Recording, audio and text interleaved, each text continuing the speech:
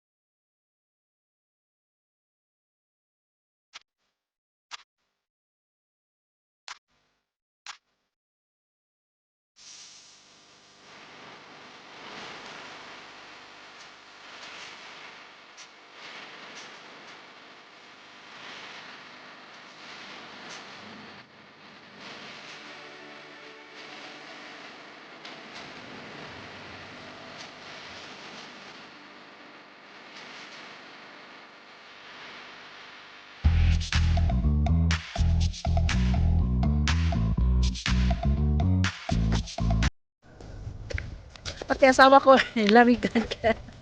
Tingnan nyo asawa ko.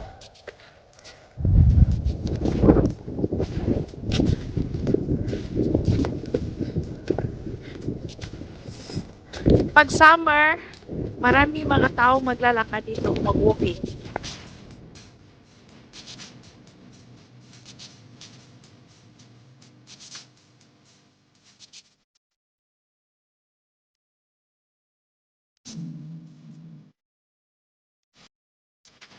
Medyo bakit? Ano?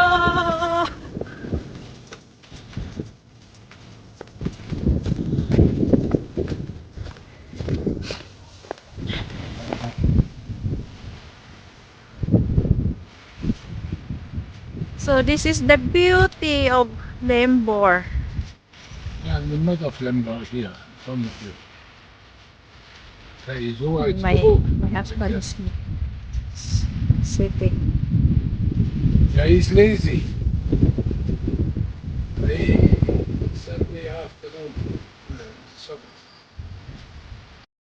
He's shown us the rest. Tingnan niyo, ano ako, hand gloves.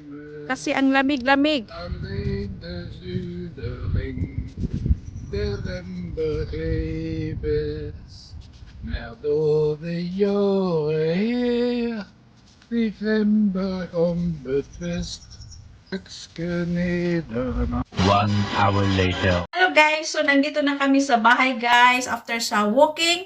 So ngayon magawa ako ng tinulang isda kasi ang lamig-lamig sa labas tapos nagutom ako sa after walking. Tapos gumawa ko ng tinulang isda guys. So itong isda guys na gawin kong tinula, ang ulo lang ang lulutuin ko sa tinula tapos the rest i-fried ko na. So ito i-fried ko mamaya kasi baka kumakain ang asawa ko at saka tapos ilagay ko ang tamatis at saka sibuyas na dahonan. At lagyan ko ng loya. So pakuluin ko na ang tubig. Pag kumukulo na, ilagay ko na ang isda. Tapos lagyan ng ilang dahong piraso ng espinazi.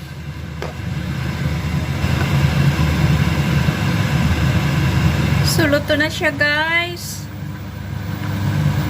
Luto na siya. So, ito ng tinulang isda ko, guys. Ulo ng isda. Ang sarap-sarap. Tapos, brown rice. Kasi brown rice ang ginagamit ko. Tayo, guys.